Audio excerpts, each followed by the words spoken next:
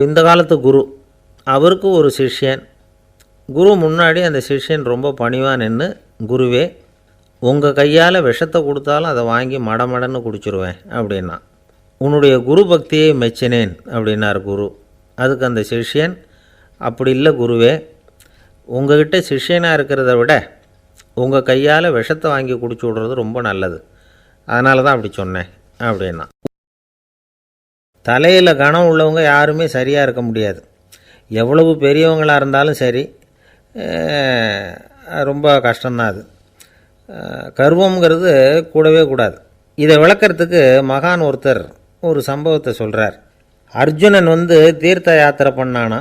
அப்போது தென்னிந்தியாவுக்கு வந்திருக்கிறான். ராமேஸ்வரத்துக்கு போனப்போ அங்கே இலங்கைக்கு கல்லுலாம் அடுக்கி போடப்பட்டிருந்த பாலத்தை பார்த்தானா. ஒரு சின்ன குரங்கு அதுக்கு பக்கத்தில் விளையாடிக்கிட்டு இருந்திருக்கு. அதை பார்த்துட்டு அர்ஜுனன் சிரிச்சிருக்கான். ஏன் சிரிக்கிறேன்னு கேட்டிருக்கு அந்த குரங்கு.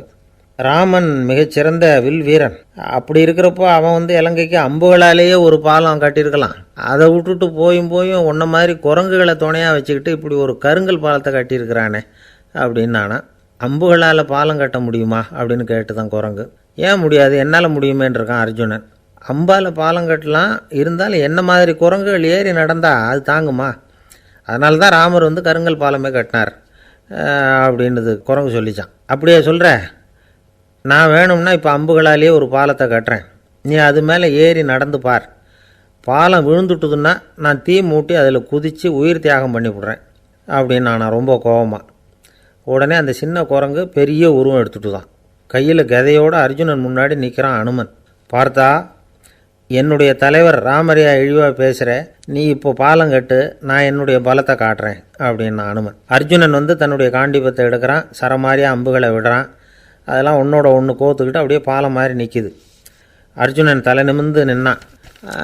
அனுமன் உயர கிளம்பி அங்கேருந்து பாலத்தில் பொத்துன்னு இறங்கினான். பாலம் அப்படியே நொறுங்கி போச்சு தூள் தூளாக. என்ன அர்ஜுனா, இப்போ என்ன செய்ய போகிற அப்படின்னா ஏளனமா. அர்ஜுனன் தலையை தொங்க போட்டுக்கிட்டான். சொன்னபடி தீ மூட்டி அதில் குதிக்கிறதுக்காக 3 தடவை சுற்றி வந்தான். அப்போது கிருஷ்ணர் அங்கே வந்தார். என்ன அர்ஜுனா, என்ன நடக்குது, என்ன இது அப்படின்னு ஒன்றும் தெரியாத மாதிரி கேட்டார். அர்ஜுனன் வாயை திறக்கிறதுக்கு முன்னாடி அனுமன் வாயை திறந்தான், நடந்ததை சொன்னான். அர்ஜுனன் சவால் விட்டபடி உயிர் திறந்தே ஆகணும்னா அனுமன். கிருஷ்ணர் யோசனை பண்ணார். நல்லது, இந்த சவால் விட்டதுக்கும் நடந்ததுக்கும் யார் சாட்சி? பெரியவர் ஒருத்தரை சாட்சியாக வச்சுக்கிட்டல்லவா நீங்கள் இந்த போட்டியை நடத்தியிருக்கணும் அப்படின்னார். அதனால் என்ன, இப்போ மறுபடியும் அந்த போட்டியை நடத்திவிட்டா போச்சு, என்னால் அந்த அம்பு பாலத்தை நொறுக்க முடியாதா அப்படின்னு அனுமன். சரி, இப்போ மறுபடியும் அது நடக்கட்டும்னார் கிருஷ்ணர். அர்ஜுனன் அம்பு பாலம் அமைச்சான். அனுமன் ஏறி குதிச்சான். பாலம் அசைஞ்சு கொடுக்கவே இல்லை, அவ்வளோ உறுதியாக இருக்குது. இப்போ அனுமன் தலையை குனிஞ்சிக்கிட்டான். அர்ஜுனன் நன்றியோடு நிமிர்ந்து பார்த்தான். கிருஷ்ணருடைய தோள்கள்லேயும் முதுகள்லேயும் ரத்தம். என்ன சுவாமி, என்ன நடந்ததுன்னு நான் பதறி போய், உன் அம்பு பாலத்தை நான் தான் மூட்டு கொடுத்து தாங்கிக்கிட்டு இருந்தேன். அனுமன் குதித்தப்போ என் மேலே ஏற்பட்ட காயங்கள் இவை. பின்ன உன்னுடைய அம்பு பலத்தினாலேயா பாலம் நின்றுதுன்னு நினைக்கிற அப்படின்னாரான். முதல்ல அர்ஜுனன் அப்புறம் அனுமன் 2 பேருக்குமே கர்வ பங்கம் ஆகிட்டு தான். அதாவது அவங்கக்கிட்ட இருந்த கர்வம் போயிட்டுது. யாராக இருந்தாலும் கர்வம் கூடாதுங்கிறத இதிலேருந்து நாம் புரிஞ்சுக்கணும். இந்த காலத்தில் நாமெல்லாம் எந்த விஷயத்துக்கெல்லாம் கர்வப்பட்டுக்கிட்டு இருக்கோம் தெரியுமா? 2 பெண்கள் தங்களுடைய கணவன்மார்களை பற்றி ரொம்ப பெருமையாக பேசிக்கிட்டாங்களாம். அதில் ஒரு அம்மா சொல்லியிருக்கு, என் வீட்டுக்காரர்கிட்ட எந்த சப்ஜெக்ட் கொடுத்தாலும் சரி அந்த விஷயத்தை பற்றி அழகாக 1 மணி நேரம் பேசுவார் அப்படின்னாங்களாம். உடனே இன்னொரு அம்மா, அது என்ன பிரமாதம், என் வீட்டுக்காரருக்கு சப்ஜெக்டே தேவையில்லை, விஷயமே இல்லாமல் நாள் பூரா பேசிக்கிட்டு இருப்பார் அப்படின்னாங்களாம். ஒரு காடு, நல்ல மரம்லாம் செழிச்சு இருந்தது. அப்படிப்பட்ட காட்டில் ஒரு சாது இருந்தார். அவர் எப்படின்னா, எப்பவும் ஒரு மரத்தடியில் உட்காந்துருப்பார். ஏன்னா அவருடைய இருப்பிடமே அதுதான். அவர் என்ன பண்ணுவார், 3 கல் வச்சுருந்தார். செங்கல் மாதிரி இருக்கும், ஆனால் அதை விட கொஞ்சம் பெருசாக இருக்கும். எதுக்கு அந்த 3 கல்லுன்னா, அதுதான் அவருடைய படுக்கை. அதாவது தூங்குறப்ப ஒரு கல்லை தலைக்கு கீழே வச்சுக்குவார், இன்னொரு கல்லை இடுப்புக்கு கீழே வச்சுக்குவார், இன்னொரு கல்லை காலுக்கு கீழே வச்சுக்குவார். உடம்பை அப்படியே ஒரு தகட்டால் மூடிக்குவார், அப்படியே தூங்கி போடுவார். மழை பெய்யுதுன்னு வச்சுங்க, அவர் உடம்பு 3 கல் மேலே இருக்குதா, அதனால் தண்ணி அடியில் ஓடி போடும், உடம்பு நனையாது. மேலே தகடு இருக்கிறதுனால மழையும் உடம்புல படாது. அவர் தூக்கமும் கிடையாது, நிம்மதியாக தூங்குவார். பகலில் அந்த 3 கல்லையும் ஒரு சேர ஒரு அடுப்பு மாதிரி வச்சு அது மேலே உட்காந்துக்குவார். அதனால் பாம்பு பூச்சி எதுவும் அவரை தொந்தரவு பண்ணுறதில்ல. அது பாட்டுக்கு நகர்ந்து போயிடும். அவர் பாட்டுக்கு நிம்மதியாக இருப்பார். யாராவது எதையாவது கொண்டுகிட்டு கொடுத்தா அதை வாங்கி சாப்பிடுவார், அவ்வளவுதான். ஒரு நாள் அந்த நாட்டு அரசன் காட்டுக்கு வேட்டையாட வந்தான். அந்த வழியாக வந்தப்போ இந்த சாது படுத்துருக்கிறத பார்த்தான். பரிதாபப்பட்டான். ஐயோ பாவம், இவர் இப்படி இந்த கல் மேலே உடம்ப வச்சுக்கிட்டு தூங்குறாரே, என்ன பாடுபடுவார். இவரை நாம் அரண்மனைக்கு அழைச்சிட்டு போய் சுகமாக நிம்மதியாக இருக்கிறதுக்கு வழி செஞ்சு கொடுப்போம், அது ரொம்ப நல்லாயிருக்கும் அப்படின்னு நினச்சான். அப்படி நினச்சிக்கிட்டே அரண்மனைக்கு வந்துட்டான். அதுக்கப்புறம் ஒரு பல்லக்கையும் 2 சேவகர்களையும் காட்டுக்கு அனுப்பி அந்த சாதுவை மெதுவாக இங்கே அழைச்சிட்டு வந்துடுங்க அப்படின்னு சொல்லி அனுப்பி வச்சான். இவங்க போய் அவர்கிட்ட விவரத்தை சொன்னாங்க. எனக்கு என்னத்துக்கு அரண்மனை வாசம் அப்படின்னார். இருந்தாலும் மன்னர் உத்தரவு, நீங்கள் அவசியம் வரணும் அப்படின்னாங்க இவங்க. சரின்னு சொல்லிவிட்டு வேறு வழி இல்லாமல் புறப்பட்டார். புறப்படும் பொழுது என்ன பண்ணார்னா, மறக்காமல் அந்த 3 கல் ஒரு தகடு அதையும் எடுத்து பல்லக்கில் வச்சுக்கிட்டார். என்னத்துக்கு இதையெல்லாம் எடுத்து வைக்கிறாரு அப்படின்னு சொல்லி அவங்க யோசனை பண்ணாங்க. இருந்தாலும் அதை பற்றி ஒன்றும் கேட்கல. பேசாமல் அவரை அழைச்சிட்டு போய் அரண்மனையில் விட்டுட்டாங்க. அரசன் ஓடி வந்தான், வரவேற்றான், அறுசுவை உணவு படைத்தான். அவர் படுக்கிறதுக்கு தங்க கட்டில், பட்டு மெத்தை, இப்படி எல்லாம் ஏற்பாடு பண்ணி வச்சான். இங்கே படுத்து ஓய்வு எடுத்துங்க அப்படின்னு சொல்லிவிட்டு அவன் பாட்டு போயிட்டான். மறுநாள் காலையில் பார்க்குறான், சாது படுத்துருக்கிறார். எப்படி தெரியுமா, அந்த பட்டு மெத்தை மேலே 3 கல்லையும் வச்சு வழக்கம் போலவே அது மேலே படுத்துருக்கிறார். அதுக்கு மேலே தகடு. அரசன் பார்த்துட்டு அதிர்ச்சி ஆகிட்டான். என்ன சுவாமி இப்படி அப்படின்னா, சாது சொன்னார், எனக்கு தேவையும் இல்லை குறையும் இல்லை, எல்லா இடத்துலையும் எனக்கு ஒரே மகிழ்ச்சி தான் அப்படின்னார். மகிழ்ச்சிங்கிறது தங்க கட்டிலேயோ பட்டு மெத்தையிலேயோ இல்லை, அது மனசில் இருக்கிற ஒரு விஷயம். உண்மையான மகிழ்ச்சிக்கு வழி மனப்பக்குவம் அப்படிங்கிறது அந்த அரசனுக்கு புரிஞ்சுதான். இந்த காலத்தில் ஒரு சாமியார், அவரை தேடி ஒரு சீடன் வந்தான். என்னாச்சு தெரியுமா, சுவாமி எனக்கு நிம்மதி வேணும், அதுக்கு என்ன வழின்னு கேட்டான். சாமியார் நிமிர்ந்து பார்த்தார். அப்புறம் சொன்னார், நீ ஏகப்பட்ட பேர்கிட்ட கடன் வாங்கியிருக்கிற, அதையெல்லாம் திருப்பி கொடுத்தா தான் உனக்கு நிம்மதி கிடைக்கும்னார். இவனுக்கு ஆச்சரியம். அது எப்படி சாமி, அவ்வளவு கரெக்டாக நான் கடன் வாங்கினதை கண்டுபிடிச்சிங்க அப்படின்னா, உனக்கு கடன் கொடுத்து சாமியாராக போனதே நான் தான்ப்பா, அதனால தான் இந்த கதிக்கு வந்தேன். என்கிட்டயே நிம்மதிக்கு வழி கேட்குறிய, அதுதான்டா வேதனை அப்படின்னாராம் அவர். ஒரு குரு, இளம் சீடர்கள் எதிரில் உட்காந்துருக்கிறாங்க. குரு பாடம் நடத்திக்கிட்டு இருக்கிறார். சீடர்களுக்கு ஒரு ஆசை, அதாவது ஒரு முக்கியமான மந்திரத்தை நம்ம குருநாதர்கிட்ட இருந்து கற்றுக்கணும் அப்படிங்கிறது அவங்க ஆசை. அது என்ன மந்திரம்னா, இறந்தவரை உயிர்ப்பிக்கக்கூடிய புனித மந்திரம், அதாவது செத்தவங்களுக்கு மீண்டும் உயிர் உண்டாக்குகிற மந்திரம். குருவே தயவு பண்ணி அந்த மந்திரத்தை எங்களுக்கு உபதேசிக்கணும் அப்படின்னு கேட்டாங்க. அது ரொம்ப ஆபத்தானது, அது என்னத்துக்கு உங்களுக்கு வேண்டாமேன்னாராம் குரு. எங்களுடைய நம்பிக்கை உறுதிப்படுறதுக்காக தான் கேட்குறோம், வேற ஒன்றும் இல்லை அப்படின்னாங்களாம் சீடர்கள்.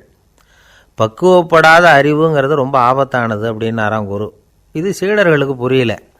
அது எப்படிங்க பக்குவப்படாத அறிவு ஆபத்தானதுன்னு சொல்கிறீங்க, அப்படின்னா என்ன அப்படின்னு கேட்டிருக்காங்க சீடர்கள். குரு அதுக்கு விளக்கம் கொடுத்தாராம். அந்த மந்திரத்தை எப்போ பயன்படுத்தணுங்கிறது முக்கியம்.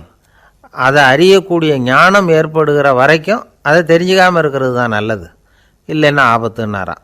ஆனால் அந்த சீடர்கள் அதை கேட்குற மாதிரி இல்லை, ரொம்ப பிடிவாதம் பண்ண ஆரம்பிச்சுட்டாங்க. சரி வாங்க சொல்கிறேன்னார் குரு. எல்லோரும் வந்தாங்க.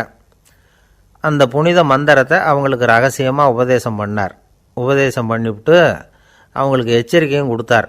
இந்த மந்திரத்தை நல்லா ஆராய்ச்சி பார்த்ததுக்கு அப்புறம் தான் உச்சரிக்கணும், அவசரப்பட்டு எதுவும் செஞ்சிடக்கூடாது அப்படின்னு ஒரு தடவைக்கு பல தடவை எச்சரிக்கை கொடுத்தார்.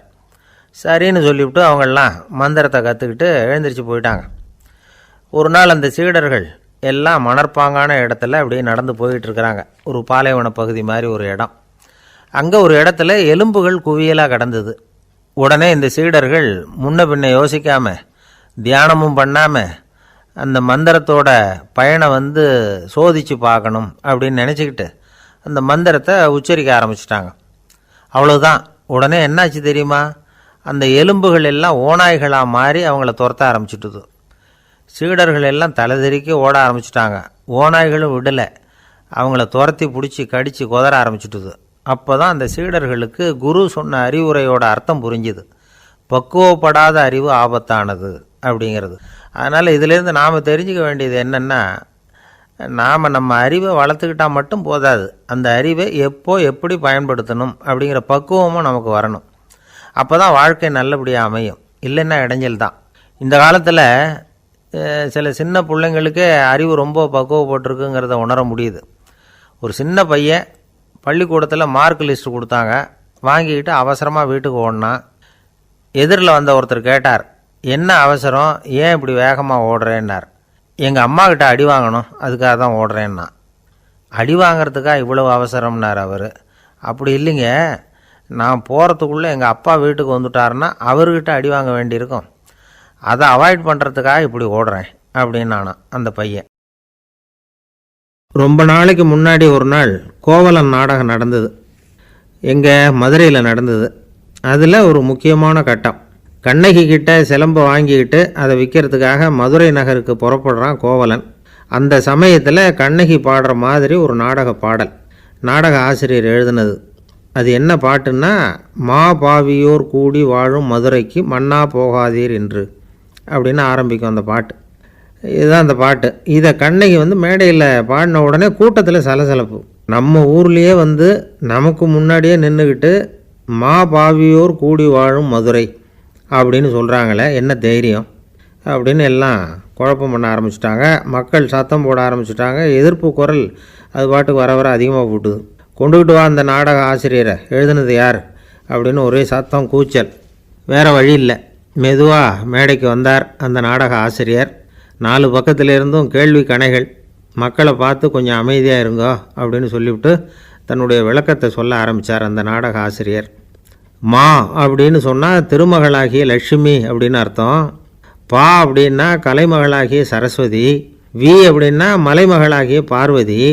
மா பாவியோர் அப்படின்னா திருமகளும் கலைமகளும் மலைமகளும், இவங்க மூவரும் அப்படின்னு அர்த்தம். இந்த 3 பேரும் வாழ்கின்ற மதுரை புனிதம் நிறைந்தது, சகல செல்வங்களும் நிறைஞ்சது. அப்படிப்பட்ட ஊரில் நான் அணிந்து கொள்ளும் இந்த சாதாரண சிலம்பை யார் வாங்கிக்குவாங்க அப்படிங்கிற எண்ணத்தோடு தான் கண்ணகி அப்படி சொல்கிறா. அதை நினச்சி தான் நான் எழுதினேன். ஆகவே மதுரையை ரொம்ப சிறுமப்படுத்தணும், ரொம்ப மோசமாக எழுதணும் அப்படிங்கிற எண்ணம்லாம் எனக்கு கிடையாது, பெருமைப்படுத்தணும்னு நினச்சி தான் அப்படி எழுதினேன் அப்படின்னு விளக்கம் கொடுத்தாராம். இந்த விளக்கத்தை கேட்டதும் எல்லாரும் ரொம்ப சமாதானம் ஆகிட்டாங்களாம். இப்படி விளக்கம் கொடுத்த அந்த நாடக ஆசிரியர் யார் தெரியுமா? அவர் தான் தமிழ் நாடக உலகின் முதல் ஆசான் சங்கரதாஸ் சுவாமிகள். அவருக்கு நகைச்சுவை உணர்வும் அதிகம். 1920ஆம் ஆண்டு திருநெல்வேலியில் அவர் தங்கியிருக்கிறார் நாடகம் நடத்துறதுக்காக. அவர் தங்கியிருந்த வீட்டில் கொசு மூட்டைப்பூச்சி அதிகமாக இருந்திருக்கு. அவரால் தூங்கவே முடியல. அவர் அனுபவித்த தொல்லைகள் ஒரு பாட்டாக உருவாச்சு. வேடிக்கையாக ஒரு பாட்டு எழுதினாராம். மூட்டையும் கொசுவும் ஒரு வீட்டிலே மீட்டிங் போட்டால் முன்னே நிற்க யாரால் முடியும், கொசு மோகன ராகம் போல சத்தம் போட்டு முன்னே நின்று செய்திடும் யுத்தம். இதை மறுநாள் நாடகத்தில் கோமாளி வேஷம் போட்ட ஒரு சிறுவனை விட்டு பாட வச்சுருக்கார். எல்லாரும் சிரித்து ரசித்தாங்களாம். சங்கரதாஸ் சுவாமிகள் கல்யாணமே பண்ணிக்கல, துறவி மாதிரியே வாழ்ந்திருக்கார். தமிழ் நாடக கலைக்கு தன்னையே அர்ப்பணம் பண்ணிட்டவர் அவர். 1922 நவம்பர் மாதத்தில் ஒரு நாள் புதுச்சேரியில் அவர் வாழ்க்கை முடிஞ்சுது. அப்போ அவருக்கு வயசு 55. சங்கரதாஸ் சுவாமிகள் நாடக ஆசிரியர் மட்டும் இல்லை, மேடை நாடக இயக்குனர், தயாரிப்பாளர், அவரே ஒரு சிறந்த நடிகர். ஒரு தடவை சாவித்திரி நாடகத்தில் இவர் யமதர்மனாக வேஷம் போட்டு நடிச்சிருக்கிறார். நாடகம் பார்த்துக்கிட்டு இருந்த கருவுற்ற ஒரு பெண்மணிக்கு பயத்தினால அங்கேயே குழந்தை பிறந்துட்டு தான். அந்த நிகழ்ச்சிக்கு அப்புறம் இவர் இந்த வேஷம் போடுறப்போலாம் ஜனங்களுக்கு முன்கூட்டியே எச்சரிக்கை கொடுக்க ஆரம்பிச்சிருவாராம். அதாவது அப்படி யாராவது பயப்படுறவங்க இருந்தால் கொஞ்சம் கண்ணை மூடிங்க அல்லது எழுந்திரிச்சு போடுங்கன்னு. நடிப்புன்னா அப்படிலாம் இருக்கணும். இந்த காலத்தில் நடிகர் ஒருத்தர் சொன்னார், சார் நான் இந்த நாடகத்தில் நடிக்கிறப்போ முகத்தில் நவரசங்களையும் காட்டி நடித்தேன், உணர்ச்சிகளையெல்லாம் நல்லா காட்டி நடித்தேன். அப்படி இருந்தும் ஜனங்கள் கல் எடுத்து மேடையில் வீசிவிட்டாங்க சார் அப்படின்னார். நாடகத்தில் உங்களுக்கு என்ன வேஷம் அப்படின்னு கேட்டாங்க. அது செத்து கிடக்கிற பணமாக நடித்தேன் சார் அப்படின்னார். என்னுடைய நண்பர் ஒருத்தர், அவருக்கு ஜாதகத்தில் நம்பிக்கை உண்டு. அவரே ஜோசியமெல்லாம் பார்ப்பார்.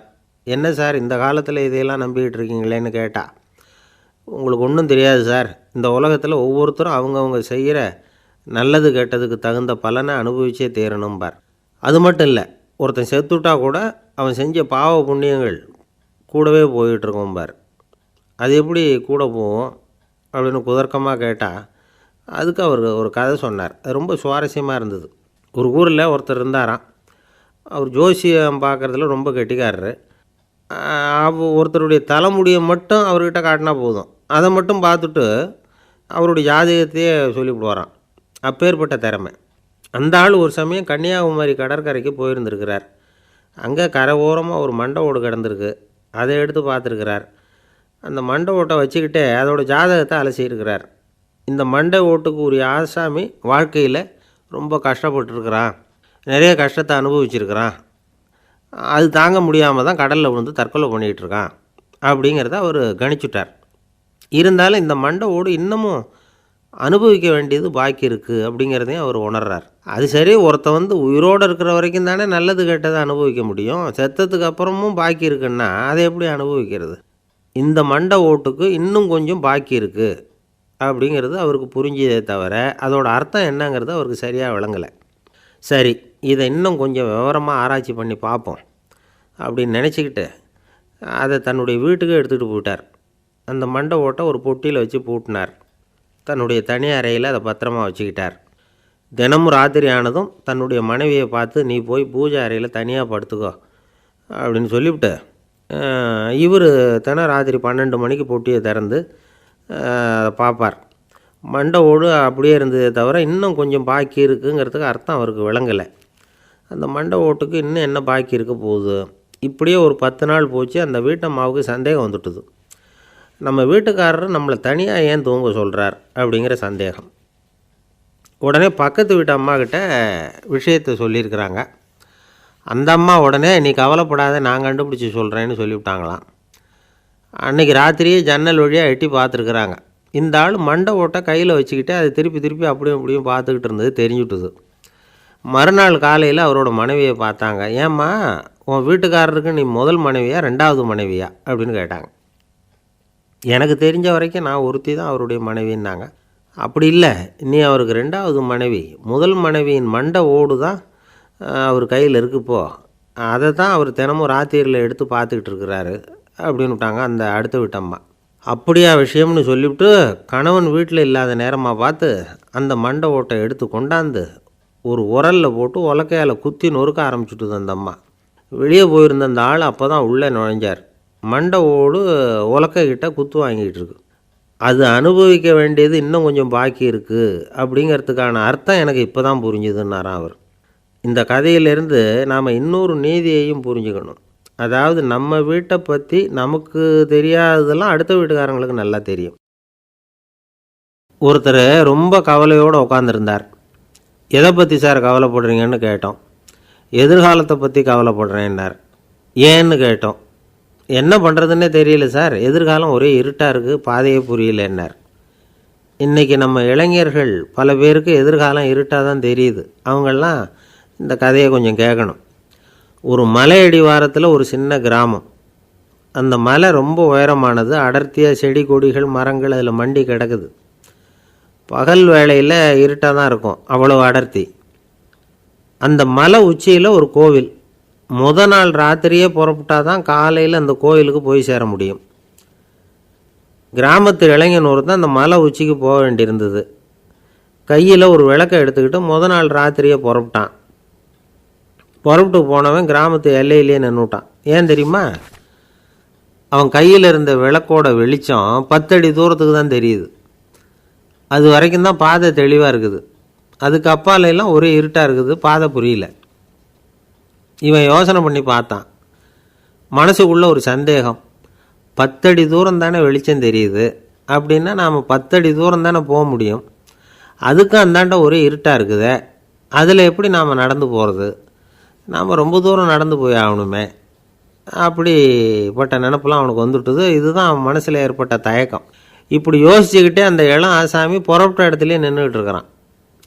அந்த சமயத்தில் ஒரு வயசான பெரியவர் அந்த பக்கமாக வந்தார். அவர் கையில் இதை விட சின்னதாக ஒரு விளக்கு வச்சுருந்தார். அது எப்படின்னா அது ஒரு 5 அடி தூரத்துக்கு தான் வெளிச்சம் காட்டுது. அவ்வளவு சின்ன விளக்கு. அவரும் மலை உச்சிக்கு போகிறதுக்காக தான் வந்துக்கிட்டு இருக்கிறார். அவரை பார்த்து இவன் கேட்டான், என்ன பெரியவரே, இவ்வளவு சின்ன விளக்க வச்சுக்கிட்டு அவ்வளவு தூரத்துக்கு எப்படி மலையேற போகிறீங்க அப்படின்னு கேட்டான். நீ ஏன் இப்படி தயங்கிட்டே நிற்கிறேன்னு கேட்டார் பெரியவர். என்கிட்ட இருக்கிற விளக்கு 10 அடி தூரத்துக்கு தான் பாதையை காட்டுதுன்னா. இப்போ பெரியவர் சொன்னார், தம்பி, உன் கையில் இருக்கிற விளக்கு கொடுக்குற வெளிச்சத்தை வச்சு நீ முதல்ல 10 அடி தூரம் முன்னாடி போ. 10வது அடியில் போய் நின்றுக்கிட்டு பாரு, மறுபடியும் ஒரு 10 அடி தூரத்துக்கு பாதை தெரியும். இப்படி உன் கையில் இருக்கிற விளக்கு தொடர்ந்து வெளிச்சம் காட்டிக்கிட்டே இருக்கும். நீ முன்னேற முன்னேற அந்த வெளிச்சமும் முன்னேறும். அதனால் எத்தனை கிலோமீட்டர் தூரம் வேணும்னாலும் நீ இந்த 10 அடி தூரம் வெளிச்சத்தை வச்சுக்கிட்டே நீ போயிடலாம், புறப்படு அப்படின்னார். இப்போ தான் அந்த பெரியவர் சொன்னது இளைஞனுக்கு பளிச்சுன்னு புரிஞ்சுதான். உடனே உற்சாகமாக புறப்பட்டான், உச்சிக்கு போய் சேர்ந்தான். இந்த கதையிலேருந்து நாம் புரிஞ்சிக்க வேண்டியது என்ன தெரியுமா? நீண்ட கால திட்டம் ஒன்று போடும் பொழுது நமக்கு முன்னாடி இருக்கிறத மறந்துட்டு மனசை போட்டு குழப்பிக்கக்கூடாது. உங்கள் கையில் என்ன இருக்கோ அதுலேயே உங்கள் எதிர்காலம் மறைஞ்சிருக்குது. கண் முன்னாடி தெரியறத வச்சு ஆரம்பிங்க, போக போக வழி தானாக புலப்படும் அப்படிங்கிறார் ஒரு பெரியவர். பெரிய பயணங்களையெல்லாம் இப்படி தான் நடத்த வேண்டியிருக்கும். ஒவ்வொரு அடியாக எடுத்து வச்சா ஓடி போய் சேர்ந்து விடலாம். மலைச்சி போய் நின்றுட்டா நின்றுக்கிட்டே இருக்க வேண்டியது தான். நம்ம ஆள்லாம் ரொம்ப மோசமான இருக்கிறாங்க. ஒருத்தன் அப்படி தான் நீண்ட தூர பிரயாணம் ஒன்று புறப்பட்டான். ரயில் போய்கிட்டே இருந்தது.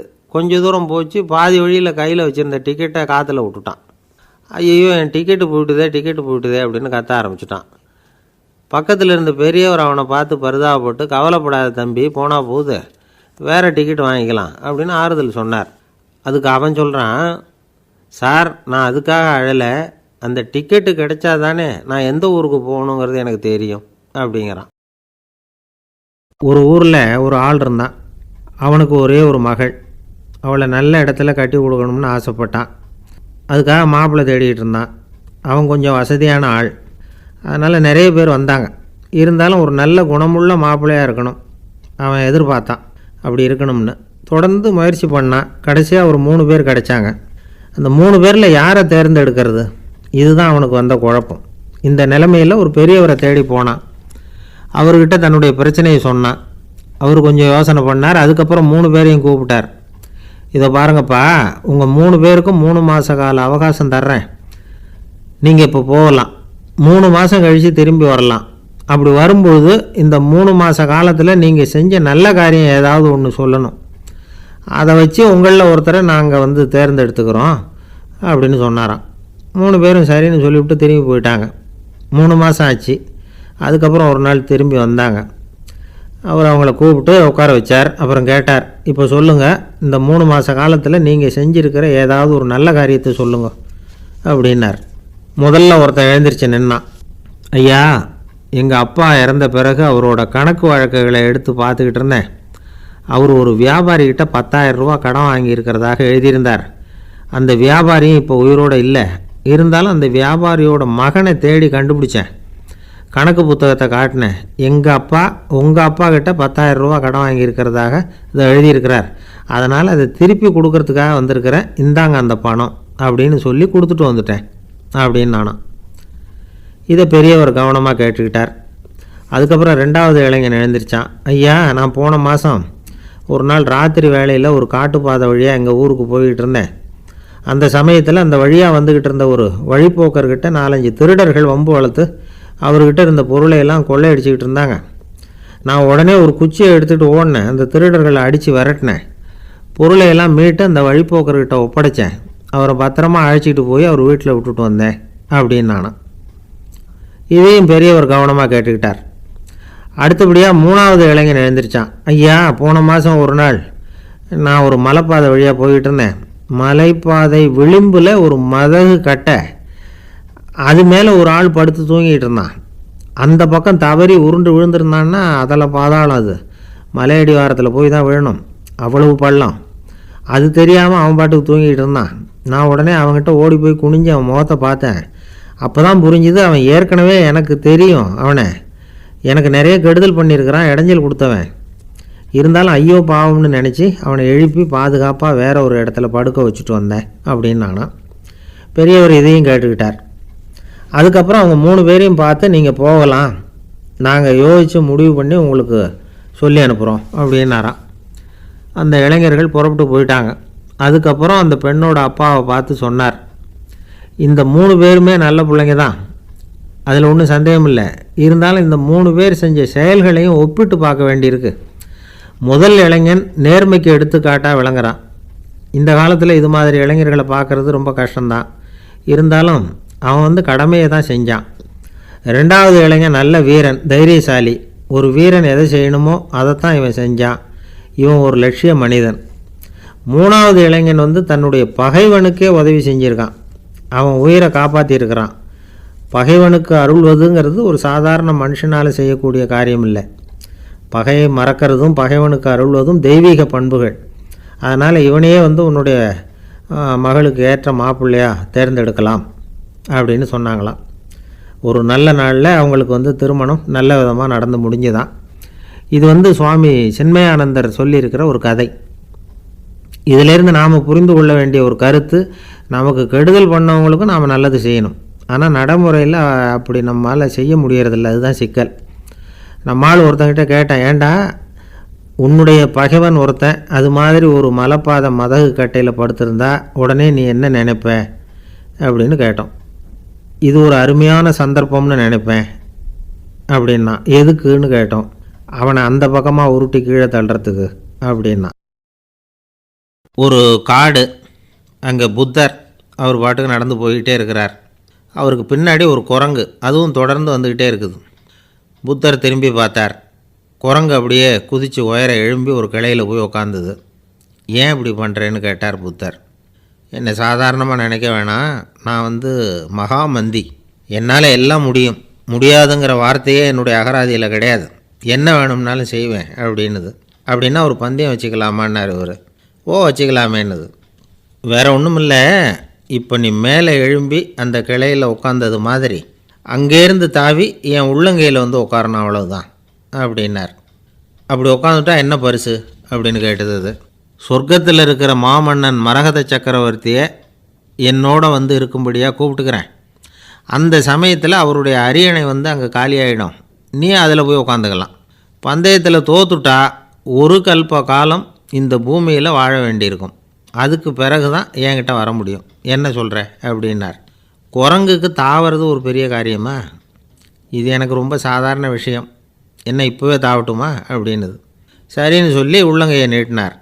அவருடைய கை தாமரை இலை அளவுக்கு அப்படியே விரிஞ்சுது. குரங்கு சௌகரியமாக உட்கார்றதுக்காக. குரங்கு தாவறதுக்கு தயாராச்சு. அதுக்கு முன்னாடி ஒரு சின்ன யோசனை அதுக்கு. இந்த கிளையிலேருந்து அந்த கைக்கு தாவறது எனக்கு ரொம்ப அற்பமான ஒரு வேலை, இது ரொம்ப சாதாரணம், என்னுடைய கௌரவத்துக்கு இது சரியாக இருக்காது. அதனால் நான் என்ன பண்ண போகிறேன்னா, இங்கேருந்து கிளையிலேருந்து அப்படியே உயர எழும்ப போகிறேன். எழும்பி மேல் உலகம் போய் அங்கே ஒரு சுற்றிவிட்டு அதுக்கப்புறம் அங்கேருந்து நேராக இந்த கையில் உட்கார போகிறேன் அப்படின்னு நினச்சிது. என்ன யோசிக்கிற அப்படின்னார் புத்தர். ஒன்றும் இல்லை, இந்த பாயிரம் பார் அப்படின்னு சொல்லி தாவி உயர போயிட்டுது. கொஞ்சம் நேரத்தில் வான உலகத்துக்கே போய் சேர்ந்துட்டுது. அங்கே போய் பார்த்தா அங்கே ஒரு 5 பளிங்கு தூண்கள் இளம் சிவப்பு நிறத்தில் நின்றுக்கிட்டு இருக்குது. குரங்கு நினச்சிக்கிட்டது, புத்தர்கிட்ட போய் இந்த பளிங்கு தூண்களை பார்த்தோம்னு சொன்னால் அப்படியே திகைச்சி போயிடுவார், இந்த தூணில் ஏதாவது அடையாளம் செஞ்சுட்டு போகணும் அப்படின்னு அந்த இடத்துல மிதந்துக்கிட்டே நினச்சிது. உடனே ஒரு தூணில் எழுந்துச்சு. என்ன எழுதிச்சுன்னா, ஒரு மகா ஞானி இங்கே வந்துட்டு போகிறார் அப்படின்னு எழுதிச்சு. எழுதிவிட்டு அப்படியே கீழே தாவி புத்தரோட உள்ளங்கையில் உட்காந்துது. எப்படி பார்த்தீங்களா என்னுடைய வேலை? வான உலகத்துக்கே போய் அங்கே இருக்கிற 5 பளிங்கு தூண்களை பார்த்துட்டு அதில் நான் வந்த விவரத்தை எழுதி வச்சுட்டு அதுக்கப்புறம் இங்கே வந்திருக்கிறேன் அப்படின்னுது ரொம்ப பெருமையாக. அப்படியா அப்படின்னார் புத்தர். ஆமாம், சந்தேகமாக இருந்தால் வாங்க, அழைச்சிட்டு போய் காட்டுறேன் அப்படின்னுது அந்த குரங்கு. அதுக்கு தேவையில்லை, அப்படியே கொஞ்சம் கீழே குனிஞ்சு பார் தெரியும் அப்படின்னார் புத்தர். அங்கே பார்த்தா புத்தரோட உள்ளங்கை தெரிஞ்சுது. நல்லா உத்து பார்த்துது. அவரோட ஒரு விரலில் அது எழுதிய வாசகம் தெரிஞ்சுது. குரங்கு யோசனை பண்ணிச்சு, அப்படின்னா வானத்தில் நான் பார்த்தது புத்தரோட விரல்களா அப்படின்னு யோசிச்சுது. இதை புரிஞ்சுக்கிட்ட உடனே அந்த குரங்கோட கர்வம் அழிஞ்சு போச்சான். நம்ம மனசு தான் இந்த குரங்கு. மனம்ங்கிறதும் ஆணவங்கிறதும் ஒரு நாணயத்தின் 2 பக்கங்கள். மனம் உள்ளவரை ஆணவமும் இருக்கும். மனம் அழிஞ்சாதான் ஆணவம் அழியும். மனம் அழிய வேண்டும் அப்படின்னு பெரியவங்க சொல்கிறது இந்த அர்த்தத்தில் தான். நம்ம ஆளுங்க சவால் விடுறதெல்லாம் வேறு மாதிரி. ஒருத்தன் ஒரு வாய்க்காலை தாண்டுறேன்னு பந்தயம் கட்டி தாண்ட முடியாமல் வாய்க்காலில் விழுந்து காலை உடச்சிக்கிட்டு கட்டு போட்டுக்கிட்டு வந்தான். ஏண்டா அப்படின்னு கேட்டாங்க. நான் பந்தயம் கட்டின நேரம் சரியில்லை அப்படின்னா. எப்படிறான்னு கேட்டிருக்காங்க. வாய்க்காலில் தண்ணி இருக்கிற நேரமாக பார்த்து பந்தயம் கட்டியிருக்கணும் அப்படின்னானா. ஒரு அம்மா, அவங்களுக்கு 35 வயசு இருக்கும், குடும்பத்தில் எந்த கஷ்டமும் இல்லை, இருந்தாலும் காரணம் இல்லாமல் பிள்ளைங்க பேரில் கோவப்படுறது, எரிஞ்சு விடுறது அவங்க வழக்கம். பிள்ளைங்க அழும், உடனே அவங்க மனசும் சங்கடப்படும். இன்னொரு அம்மா, நல்ல வேலையில் இருக்கிறவங்க, வாரத்துக்கு ஒரு தடவையாவது தலைவலி வந்துடும். இவங்களுக்கெல்லாம் உடம்புல எந்த கோளாறும் இல்லை, மனசு மட்டும் சரியாக இருக்காது, தூக்க மாத்திரை கையில் வச்சுருப்பாங்க. 30-35 வயசுடைய பெண்களுக்கு சர்வசாதாரணமாக காணப்படுகிற மனக்கோளாறு இது. இதுக்கு பேர் மனவாட்டம், டிப்ரெஷன், மனமடிவு அப்படின்னு சொல்லலாம். இந்த நோய்க்கு அறிகுறி என்ன தெரியுமா? மனசில் வருத்தமான உணர்வு இருக்கும், அடிக்கடி அழலாம் போல தோணும். முன்னால் எல்லாம் எந்தெந்த செயலில் ஆர்வம் இருந்ததோ அதெல்லாம் குறைஞ்சிரும், அல்லது சுத்தமாகவே ஆர்வம் இல்லாமல் போயிடும். சில பெண்கள் இளம் வயசில் பக்கத்தில் இருக்கிறவங்க கிட்ட கலகலப்பாக பேசுவாங்க, வீட்டை அலங்கரிக்கிறதுல ஆர்வம் இருக்கும். இப்போ அதிலெல்லாம் ஆர்வம் இல்லாமல் போயிடும். எந்த வேலை செஞ்சாலும் சீக்கிரம் களைப்பு அடைஞ்சுடுறது மாதிரி ஆகிடும்.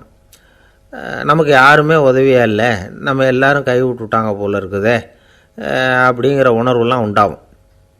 தன்னைத்தானே குறை சொல்லிக்குவாங்க, நாம் தப்பு பண்ணிவிட்டோம் போல் இருக்குதே அப்படின்னு தோணும்.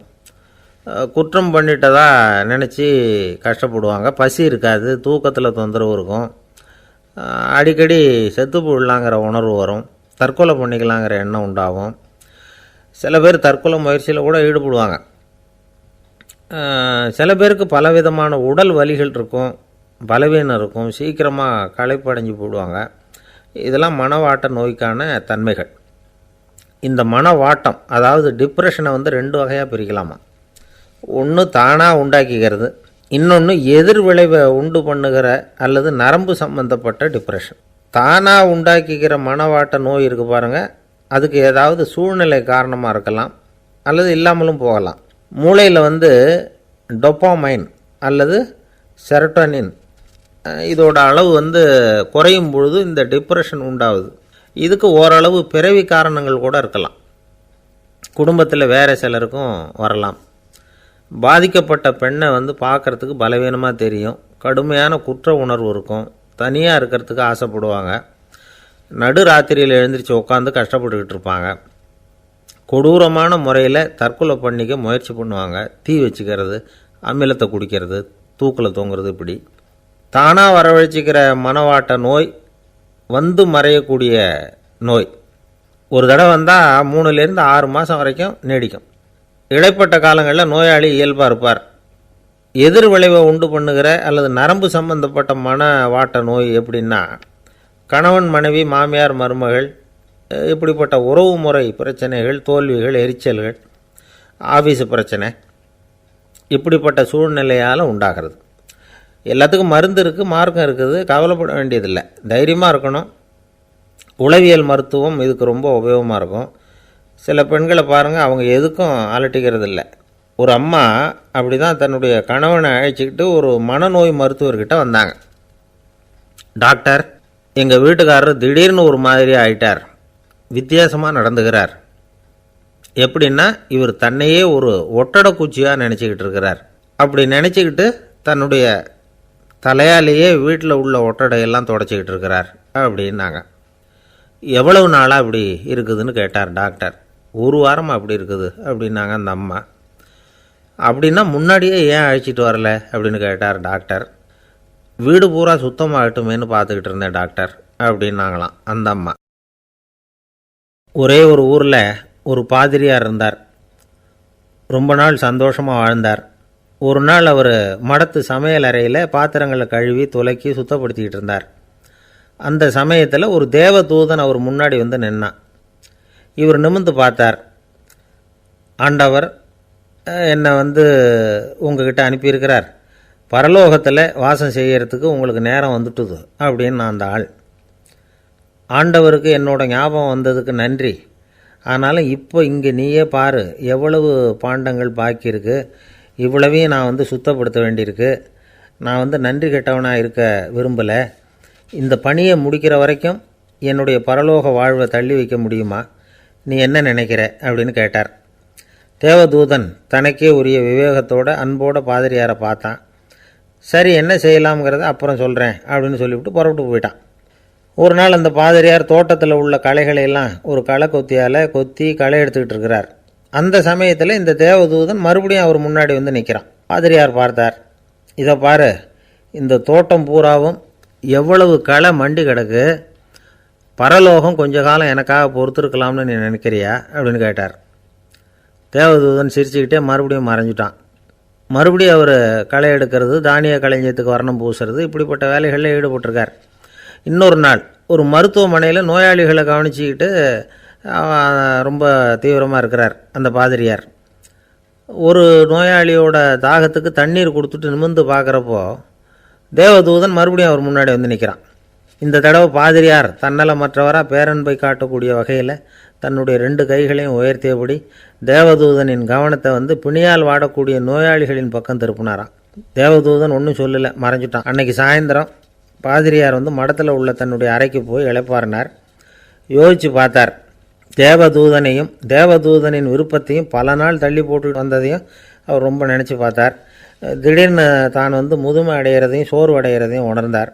ஆண்டவரை நினச்சார். ஆண்டவரே, உம்முடைய தூதனை மறுபடியும் என்கிட்ட அனுப்புனா நான் சந்திக்கிறதுக்கு ஆவலாக இருக்கேன் அப்படின்னு சொல்கிறப்பவே தேவதூதன் பக்கத்தில் வந்து நின்னான். பாதிரியார் நிமிர்ந்து பார்த்தார். நீ இப்போவே என்னை அழைச்சிக்கிட்டு போக விரும்பினா நான் பரலோகத்துக்கு வர்றதுக்கு தயாராக இருக்கேன்னார். தேவதூதன் அந்த பாதிரியாரை அன்போடவும் விவேகத்தோடவும் பார்த்து, நீங்கள் வந்து என் கூட பரலோகத்துக்கு வர்ற தயாராக இருக்கிறதா சொல்கிறீங்க, ஆனால் நீங்கள் இது வரைக்கும் வேறு எங்கே இருந்ததா நினைக்கிறீங்க அப்படின்னானு. அப்படின்னா இது வரைக்கும் இருந்த இடம்தான் பரலோகம் அப்படிங்கிறத உணர்த்தியிருக்கிறான். பரலோகம்னா என்னென்னு புரிஞ்சுக்கிறதுக்கு இந்த சம்பவம் நமக்கு உதவியாக இருக்குது. தொண்டு செய்கிறத விட பெரிய செயல் வேறு எதுவும் இருக்க முடியாது. அது நம்ம மனசுக்கு கொடுக்குற சுகத்தை வேறு எதுவும் கொடுக்க முடியாது. நாம் தொண்டு செய்கிற இடம் தான் அந்த புண்ணிய இடம். ஆனால் இந்த காலத்துல எல்லாம் நாம் வந்து தொண்டு செய்யணும்னு நினச்சி ஏதாவது ஆரம்பித்தா கூட அதை ஒரு மாதிரியாக சுற்றி நின்று வேடிக்கை பார்க்க ஆரம்பிச்சிடுறாங்க. ஒரு பெரியவர் அப்படி தான் ஒரு தொண்டு செஞ்சுக்கிட்டு இருந்தார். ஒரு கோவில் கட்டிக்கிட்டு இருந்தாங்க. அதில் ஒரு இடத்துல ஒரு பலகையை வச்சு ஆணி அடிக்கிற வேலையை செஞ்சுக்கிட்டு இருந்தார் அந்த பெரியவர். ஒரு சின்ன பையன் அதை ரொம்ப ஊக்கமாக அக்கறையாக கவனிச்சிக்கிட்டு இருந்தான். பெரியவர் இதை கவனித்தார். என்னப்பா பார்க்குற, உனக்கும் இது மாதிரி தொண்டு செய்யணும்னு ஆசையாக இருக்கா அப்படின்னு கேட்டார். அதுக்கு அந்த பையன் சொல்கிறான், அப்படி இல்லைங்க, நீங்கள் ஆணி அடிக்கிறப்போ கையில் சுத்தியால் அடிச்சுக்கிட்டா எப்படி துடிப்பீங்க, எப்படி கத்துவீங்கன்னு தெரிஞ்சுக்கிறதுக்காக அதை பார்க்கணும்னு ஆசை, அதுக்காக தான் காத்துக்கிட்டு இருக்கேன் அப்படின்னு நானும். ஒரு ஊரில் ஒரு ஞானி இருக்கிறார். ரொம்ப பெரிய ஞானி, ரொம்ப வயசாகிட்டுது. கடைசி காலத்தில் அவர்கிட்ட சில பேர் வந்தாங்க. உங்கள் குரு யார் அப்படின்னு கேட்டாங்க. அவர் நிமிர்ந்து பார்த்தார். எனக்கு ஆயிரக்கணக்கான குருமார்கள் உண்டு, அவங்க பேரெல்லாம் சொல்லணும்னா இந்த காலம் பத்தாது, ஆனால் முக்கியமான ஒரு 3 பேரை பற்றி மட்டும் உங்களுக்கு சொல்கிறேன் அப்படின்னாராம். அப்புறம் சொன்னார், அந்த 3 பேரில் ஒருத்தன் ஒரு திருடன். ஒரு சமயம் ஒரு பாலைவனம் வழியாக நான் போய்கிட்டு இருந்தேன். அப்போது வழி தவறி போய் ஒரு கிராமத்துக்கு போயிட்டேன். அது இருட்டு நேரம், நடு ராத்திரி, ஊரே உறங்கி போச்சு. அந்த நேரத்தில் ஒரு ஆள் மட்டும் ஒரு வீட்டு சுவத்தில் ஏதோ பண்ணி உள்ளே நுழையிறதுக்கு முயற்சி பண்ணிகிட்ருக்கிறான். அவங்கிட்ட போய் நான் இன்றைக்கி இங்கே எங்கே தங்க முடியும் அப்படின்னு கேட்டேன். அதுக்கு அவன், இந்த ராத்திரி வேளையில் அது ரொம்ப சிரமம், ஒரு திருடனோட உங்களால் தங்க முடியும்னா நீங்கள் என்னோட தங்கலாம் அப்படின்னா. நான் அவங்க கூட 1 மாதம் தங்கியிருந்தேன். ஒவ்வொரு நாள் ராத்திரியும் இப்போ நான் என்னுடைய வேலைக்கு போகிறேன், நீங்கள் ஓய்வு எடுத்துக்கோங்க அப்படின்னு சொல்லிவிட்டு போவான். அவன் திரும்பி வந்த உடனே உனக்கு ஏதாவது கிடச்சிதான்னு நான் கேட்பேன். அதுக்கு அவன், இன்றைக்கி ராத்திரி ஒன்றும் இல்லை, நாளைக்கு மறுபடியும் முயற்சி பண்ணுவேன் அப்படின்பா. எப்பவும் அவன் நம்பிக்கை இழந்ததே கிடையாது, எப்பவும் சந்தோஷமாகவே இருப்பான். நானும் ரொம்ப காலமாக தியானம் பண்ணிக்கிட்டே இருந்தேன், ஒன்றுமே நடக்கலை. ஆனால் நான் என்ன பண்ணேன் தெரியுமா, மனசு வருத்தப்படும், நம்பிக்கை இழந்துருவேன். அப்போல்லாம் அந்த திருடனுடைய விடாமுயற்சி தான் ஞாபகத்துக்கு வரும். அதனால் அந்த திருடன் எனக்கு ஒரு குரு. என்னுடைய 2வது குரு யாருன்னா அது ஒரு நாய். இது எப்படின்னா, ஒரு சமயம் எனக்கு ரொம்ப தாகமாக இருந்தது. ஒரு நதியை நோக்கி போய்கிட்டு இருந்தேன். அப்போது ஒரு நாயும் வந்தது. அதுக்கும் தாகம். ஓடி வந்து ஆற்றை பார்த்துது. அதோட நிழல் வந்து ஆற்றுல தெரிஞ்சுது. அதை பார்த்ததும் பயந்துட்டுது. அதாவது அது தன்னுடைய சொந்த உருவத்தையே கண்டு பயந்தது. அதை பார்த்து குறைக்குது, திரும்பி ஓடிச்சு. ஆனால் அதுக்கு தாகம் அதிகமாக இருந்ததுனால அது மறுபடியும் திரும்பி வந்தது. பார்த்தா மறுபடியும் தண்ணியில் நாயோட உருவம் தெரியுது.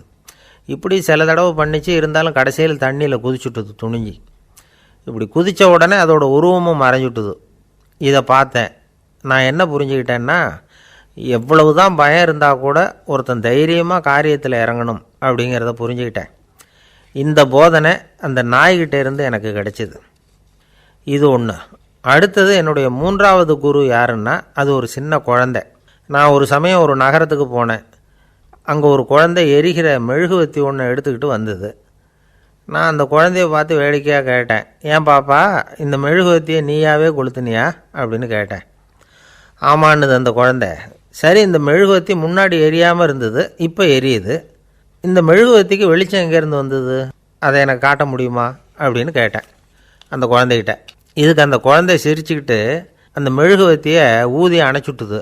அதுக்கப்புறம் என்னை பார்த்து கேட்டுது, இப்போ இந்த மெழுகுவத்தியின் வெளிச்சம் போனதை பார்த்தீங்க இல்லையா, அது எங்கே போச்சுன்னு எனக்கு சொல்லுங்க அப்படின்னுது. அந்த குழந்தை இப்படி கேட்டதும் என்கிட்ட இருந்த ஆணவம் அழிஞ்சுட்டுது. நான் படித்ததெல்லாம் அந்த வினாடியில் சுக்கு நூறாக போயிட்டுது. என்னுடைய முட்டாள்தனத்தை நான் உணர்ந்தேன் அப்படின்னு இவ்வளவும் அந்த ஞானி விவரமாக சொன்னாராம். அதனால் நாம் இன்னார்கிட்டே இருந்து தான் இதை கற்றுக்கணுங்கிறது இல்லை, யாருக்கிட்டே இருந்தும் எதையும் கற்றுக்கலாம். நம்மால் ஒருத்தன் ஒரு நாய் வளர்த்துக்கிட்டு இருந்தான். அந்த நாய்க்கு வால் கிடையாது. யாரோ ஏற்கனவே வெட்டி எடுத்துட்டாங்க. இந்த நாய் தான் சார் எனக்கு குரு, அதுக்கிட்டே இருந்து கூட நான் பாடம் கற்றுக்கிட்டு இருக்கிறேன் அப்படின்னா. அப்படி என்ன கற்றுக்கிட்டேன் இந்த வால் இல்லாத நாய்கிட்டே இருந்து அப்படின்னு கேட்டோம். நாம் யாருக்கிட்டையும் வாலாட்டக்கூடாது அப்படிங்கிற பாடத்தை அதுக்கிட்டே இருந்து தான் நான் கற்றுக்கிட்டேன் அப்படின்னா.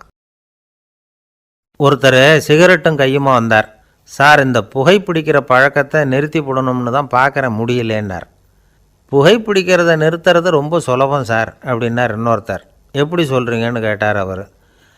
நான் கூட ஏற்கனவே 10 தடவை அந்த பழக்கத்தை நிறுத்தி இருக்கிறேன் சார் அப்படின்னார் இவர். இதிலேருந்து என்ன தெரியுது, புகைப்பழக்கத்தை திடீர்னு விட்டு விடுறதுங்கிறது ரொம்ப கஷ்டம்னு தெரியுது. இருந்தாலும் இது சம்பந்தமான ஆராய்ச்சி, அனுபவம், இது ரெண்டையும் அடிப்படையாக வச்சு சில வழிமுறைகளை சொல்கிறாங்க. அதாவது புகைப்பிடிக்கிறத நிறுத்துறதுக்கு 10 வழிகள் உண்டு அப்படின்னு சொல்கிறாங்க. அது என்னங்கிறத தெரிஞ்சுக்கிட்டால் உபயோகப்படுதான்னு பார்க்கலாமே. முதல் கருத்து என்னென்னா, கொஞ்ச நாளைக்கு புகைப்பிடிக்கிற நண்பர்களை விட்டு விலகி இருக்கணும். இதனால் புகைப்பிடிக்கிற ஆசை குறையும். அந்த பழக்கத்தை மறுபடியும் ஆரம்பிக்கப்படாதுங்கிற எண்ணம் உறுதிப்படும். 2வது கருத்து, புகைப்பிடிக்கிறதை எதிர்த்து தீவிரமாக பிரச்சாரம் செய்ய ஆரம்பிச்சிடணும். அது அடுத்தவங்களுக்கும் உபயோகப்படும், உங்களுக்கும் உபயோகப்படும். உங்கள் உள்ளுணர்வை அது தூண்டும், உங்களை உறுதி கொள்ள வைக்கும். 3வது கருத்து என்னென்னா, தினமும் 2 தடவை குளிக்கணும். எப்படி தெரியுமா, முதல்ல வெது வெதுப்பான தண்ணீர், அப்புறம் குளிர்ந்த தண்ணீர், இப்படி மாறி மாறி குளிக்கணுமா. 4வது கருத்து, உடற்பயிற்சிகள் செய்யணும். மூச்சு வாங்குற மாதிரியான பயிற்சிகள் ரொம்ப நல்லதான். பிராணாயாமம் அப்படிங்கிற மூச்சு பயிற்சி ரொம்ப நல்லதுங்கிறாங்க. அப்புறம் 5வது கருத்து, சாப்பாடு மிதமாக இருக்கணும், சீராக இருக்கணும். பச்சை காய்கறிகள், பழங்கள் சாப்பாட்டில் சேர்த்துக்கலாம். அடிக்கடி கொஞ்சம் கொஞ்சமாக சாப்பிட்டு ரத்தத்தில் சர்க்கரையின் அளவை பராமரிக்கணும். இது நரம்புகளை அமைதிப்படுத்தும். 6வது கருத்து என்னென்னா, ரொம்ப நேரம் பசியோடு இருக்கக்கூடாது. புகைப்பிடிக்கிறத நிறுத்த முயற்சி செய்யும் பொழுது எடை குறைப்பு நடவடிக்கைகளை மேற்கொள்ளக்கூடாது. 7வது கருத்து, காப்பி, தேநீர், மதுபானம், அப்புறம் போதைப் பொருள்கள் கலந்த உணவுகள் இதெல்லாம் வேணாம். புகைப்பிடிக்கிறத அதெல்லாம் ஊக்கப்படுத்தும். கடுகு, மிளகு, அப்புறம் காரமான பொருள்களை தவிர்க்கணும். உப்பு அளவை குறைக்கணும். தினமும் 10 கோவள தண்ணீராவது குடிக்கணும். வெறும் தண்ணி புகைப்பிடிக்கிற ஆவலை தணிக்குதான். 8வது கருத்து, கையில் சிகரெட்டு, புகையில் ஏதாவது இருந்தால் உடனே தூக்கி எறிஞ்சிருங்க. அது கையில் இருக்கிற வரைக்கும் புகைப்பிடிக்கிற ஆசை வந்துக்கிட்டே இருக்கும். 9வது கருத்து என்னென்னா, இறை நம்பிக்கை உள்ளவங்க புகைப்பிடிக்கிற எண்ணம் வர்றப்போவெல்லாம் பிரார்த்தனை செய்ய ஆரம்பிச்சுடலாம். 10வது கருத்து, உங்களுக்கு ரொம்பவும் வேண்டியவங்க யாரோ அவங்கக்கிட்ட எல்லாம் நீங்கள் புகைப்பிடிக்கிறத நிறுத்தி விட்டதாக சொல்லிவிடுங்க. இந்த 10 வழிகளையும் கடைபிடிக்க ஆரம்பிச்சுட்டா புகைப்பிடிக்கும் பழக்கத்தை நிறுத்தி விடலாம் அப்படின்னு சொல்கிறாங்க அனுபவப்பட்டவங்க. முயற்சி பண்ணி பார்க்கலாம். ஒரு முக்கியமான இடத்துல நின்றுக்கிட்டு இருந்தார் ஒருத்தர். அங்கே வந்த இன்னொருத்தர், ஏன் சார் இந்த இடத்துல சிகரெட் பிடிக்கலாமா அப்படின்னு அனுமதி கேட்டார். இந்த இடத்துல சிகரெட் பிடிக்கக்கூடாதுங்க அப்படின்னாரு இவர். நீங்கள் இப்படி சொல்கிறீங்க, ஆனால் இந்த இடத்துல கீழே நிறைய சிகரெட் துண்டுகள் கிடக்குதே, அவங்கெல்லாம் யார்? அவங்கெல்லாம் உங்கள் மாதிரி என்கிட்ட அனுமதி கேட்காதவங்க அப்படின்னாராம் இவர். இந்த உலகத்தில் எவ்வளவோ உயிரினங்கள் இருக்குது, ஒவ்வொன்றும் ஒவ்வொரு விதமாக சண்டை போடுது. இப்போ 2 மாடு சண்டை போட்டுக்குதுன்னு வச்சுக்கோங்க, என்ன பண்ணும்? 2 முட்டிக்கும். அதுக்கு சண்டை போடுறதுக்கு ஆயுதமாக உபயோகப்படுறது அதோட கொம்பு. 2 சேவல் சண்டை போட்டுக்குதுன்னு வச்சுக்கோங்க, அதுக்கு ஆயுதமாக உபயோகப்படுறது அதோட கால் நகம். காலால் தான் அது ஒன்றோட ஒன்று சண்டை போட்டுக்கும். ஆனால் 2 மனுஷன் சண்டை போட்டுக்கிறான்னு வச்சுக்கோங்க, இவன் இன்னதை தான் ஆயுதமாக உபயோகப்படுத்துவான்னு குறிப்பிட்டு சொல்ல முடியாது. கல்லை எடுப்பான், கத்தி எடுப்பான், துப்பாக்கி எடுப்பான், என்ன வேணாலும் பண்ணுவான். வாயால் திட்டுவான், கையால் அடிப்பான், காலால் உதைப்பான், சகலகலா வல்லவன். விலங்குகள்லாம் பொதுவாக வாயை சாப்பிட்றதுக்கு மட்டும்தான் உபயோகப்படுத்துது. ஆனால் இவனுக்கு சாப்பிட்றதுக்கும் அதுதான், சாப்பிட்டு விட்டு திட்டுறதுக்கும் அதுதான். ஆனால் ஒரு விஷயத்தில் மட்டும் கெட்டிக்கிறேன். அதாவது நாம் சண்டை போட்டுக்கிட்டாலும் பரவாயில்லை, கோழிகள் சண்டை போடாமல் இருக்கணும் அப்படின்னு ஆசைப்படுறான். எதுக்காக? கோழிகள் சண்டை போடாமல் இருந்தால் நிறைய முட்டைகள் போடுமா, அதுக்காக தான் இந்த அக்கறை. கோழி பண்ணை வச்சுருக்கிறவங்களுக்கு இது ஒரு பெரிய பிரச்சனை. அதாவது பண்ணையில் இருக்கிற கோழிகளுக்குள்ளே அடிக்கடி சண்டை வந்துடும், அதனால் முட்டை உற்பத்தி குறைஞ்சிரும். சரி, இதுக்கு என்ன பண்ணுறது? பண்ணையில் போய் உட்காந்துக்கிட்டு தினமும் பஞ்சாயத்து பேசிகிட்டு இருக்க முடியுமா? அமெரிக்காவில் கோழி பண்ணை வச்சுருக்கிற ஒருத்தர் இதை பற்றி யோசனை பண்ணி பார்த்தாராம். ஒரு வழியையும் கண்டுபிடிச்சிருக்கார். கோழிக்கெல்லாம் மூக்கு கண்ணாடி மாட்டி விட்டுட்டோம்னா அது சண்டை போடுற குணம் குறைஞ்சிரும், முட்டை அதிகமாகிடும். அந்த கண்ணாடியில் உள்ள லென்ஸு சிவப்பு நிறத்தில் இருக்கணும், அவ்வளவுதான் அப்படின்னு அவர் கண்டுபிடிச்சாராம். இது ஏற்கனவே நடைமுறையில் கண்டுபிடிக்கப்பட்ட ஒரு விஷயம். ஆனால் எல்லா கோழிக்கும் சிவப்பு மூக்கு கண்ணாடி எப்படி மாட்டி விடுறது? அப்படியே மாட்டி விட்டாலும் அது நழுவாமல் இருக்கணுமே. இப்போ நாமெல்லாம் நடு விரலால் மூக்கு கண்ணாடி நடுவில் தொட்டு அப்படி ஸ்டைலாக சரி பண்ணிக்கிறோம், அது மாதிரி கோழி எப்படி சரி பண்ணிக்கும்? இதுதான் பிரச்சனை. இதுக்கு அவர் என்ன வழி கண்டுபிடிச்சாருன்னா, கோழிக்கெல்லாம் மூக்கு கண்ணாடிக்கு பதிலாக விழியொட்டு வில்லைகள், கான்டாக்ட் லென்ஸ், அதை பொருத்தி விட்டா என்ன அப்படின்னு யோசனை பண்ணார். அதே மாதிரி பண்ணார். அதே மாதிரி செஞ்சு பார்த்தார், வெற்றி. அதுக்கப்புறம் கோழியெல்லாம் சண்டை போட்டுக்கலையாம், சமாதான பிரியர்கள் ஆகிட்டு தான். கோழிகளுக்கு இயல்பாகவே சண்டை போடுற குணம் உண்டு. ஆனால் அதோட கண்ணுக்கு பார்க்குற பொருள்லாம் ரோஜா நிறத்துலையோ அல்லது இன்னும் சொல்லப்போனால் அழுத்தமான சிவப்பு நிறத்துலையோ தெரிஞ்சதுன்னா சண்டை போடுற குணம் குறைஞ்சிருதான். அந்த சமயத்தில் அது அதிகமாகவும் முட்டையிட ஆரம்பிச்சுடுதான். அதே நேரத்தில் இறை எடுக்கிறத கூட குறைச்சிக்குதான். இது ஏன் இப்படி பண்ணுதுங்கிறது விஞ்ஞானிகளுக்கு இன்னமும் புரியலையா. எப்படியோ அமெரிக்க கோழிகள்லாம் கான்டாக்ட் லென்ஸ் பொருத்திக்க ஆரம்பித்தாச்சு. கோழி கழுத்தை பிடிச்சிக்கிட்டு ஒரு சில வினாடிகளில் அதை பொருத்தி விட்றாங்களாம். கோழியோட ஆயுள் பூரா அது அப்படியே இருக்குமா. பண்ணையில் முட்டை உற்பத்தி குறைஞ்சா இது மாதிரி விஞ்ஞானபூர்வமாக பரிகாரம் தேடுறது தான் நல்லது. நமக்கு வேண்டியப்பட்ட ஒருத்தர், அவர் ஒரு கோழி பண்ணை வச்சுருந்தார். அந்த பண்ணையில் பாதி கோழி திடீர்னு செத்து போச்சு. உடனே ஒரு கால்நடை மருத்துவர்கிட்ட போக வேண்டியது தானே, அங்கே போகல. உள்ளூரில் மந்திரம் பண்ணிகிட்டு இருந்த ஒரு சாமியார்கிட்ட போனார். அவர் காலில் விழுந்தார். சாமி, என் பண்ணையில் பாதி கோழி செத்து போட்டுதுன்னார். சாமியார் யோசனை பண்ணார். சரி, பண்ணையில் வாசப்படி கிழக்கு பக்கமாக வச்சுருக்கியா மேற்கு பக்கமாக வச்சுருக்கியான்னு கேட்டார். கிழக்கு பக்கமாக இருக்குன்னார் அவர். அதுதான் தப்பு, மேற்கு பக்கமாக அதை மாற்று சரியாக போடும்னாராம். அதே போல் இவர் போய் மாற்றிவிட்டார். அப்பவும் பாதி செத்து போச்சு. மறுபடியும் சொன்னார், சாமி மறுபடியும் பாதி கோழி செத்து போட்டுதேன்னார். சரி, கூரை எப்படி போட்டிருக்க, ஓடு போட்டிருக்கியா இல்லை கீத்து போட்டிருக்கியான்னார். ஓடு போட்டிருக்கேன்னாராம் அவர். அதுதான் தப்பு, அதை கீத்து போட்டுரு சரியாக போடும்னாராம். சரின்னு போய் அதையும் மாற்றி பார்த்தார். மறுபடியும் போயிட்டுது, கோழி செத்து போச்சு. வந்தார், மறுபடியும் பாதி செத்து போச்சு சாமின்னு வந்தார். இவரும் யோசனையை மாற்றி மாற்றி சொல்லிகிட்டே இருக்கிறார். இப்படி அவரும் மாற்றி மாற்றி பார்த்தார். 6வது தடவையாக அவரை தேடிட்டு வந்தார். அந்த சமயத்தில் இவர் ரொம்ப தீவிரமாக யோசனை பண்ணி பார்த்துட்டு, அது சரிப்பா, நீ என்கிட்ட சளைக்காமல் வந்துக்கிட்டு இருக்கிற, நானும் யோசனை சொல்லிகிட்டு இருக்கேன். இப்போவும் உங்ககிட்ட சொல்கிறதுக்கு என்கிட்ட யோசனை நிறையா இருக்குது, ஆனால் சோதிக்கிறதுக்கு உங்ககிட்ட கோழி இல்லையே, என்ன பண்ணுறது அப்படின்னாராம் இவர். ஒரு தெருவில் சில சிறுவர்கள் விளையாடிக்கிட்டு இருந்தாங்க. ஏதோ ஒரு உயரமான கல்லை நடுத்தெருவில் வச்சு அதை சுற்றி சுற்றி ஓடி வந்துக்கிட்டு இருக்கிறாங்க. அது என்ன விளையாட்டோ அவங்களுக்கு தான் தெரியும். கொஞ்ச நேரம் அப்படி விளையாடிக்கிட்டு இருந்தவங்க விளையாடி முடித்ததும் அந்த கல்லை நடுத்தெருவில் அப்படியே விட்டுட்டு அவங்கவுங்க வீட்டுக்கு ஓடி போயிட்டாங்க. அதுக்கப்புறம் அந்த வழியாக 2 பெண்கள் பேசிக்கிட்டே வந்தாங்க. பேச்சு சுவாரஸ்யத்தில் நடுத்தெருவில் இருந்த அந்த கல்லை கவனிக்கலை. காலில் இடிச்சுட்டுது, லேசாக ரத்தம் வந்துட்டுது. வலி தாங்கலை.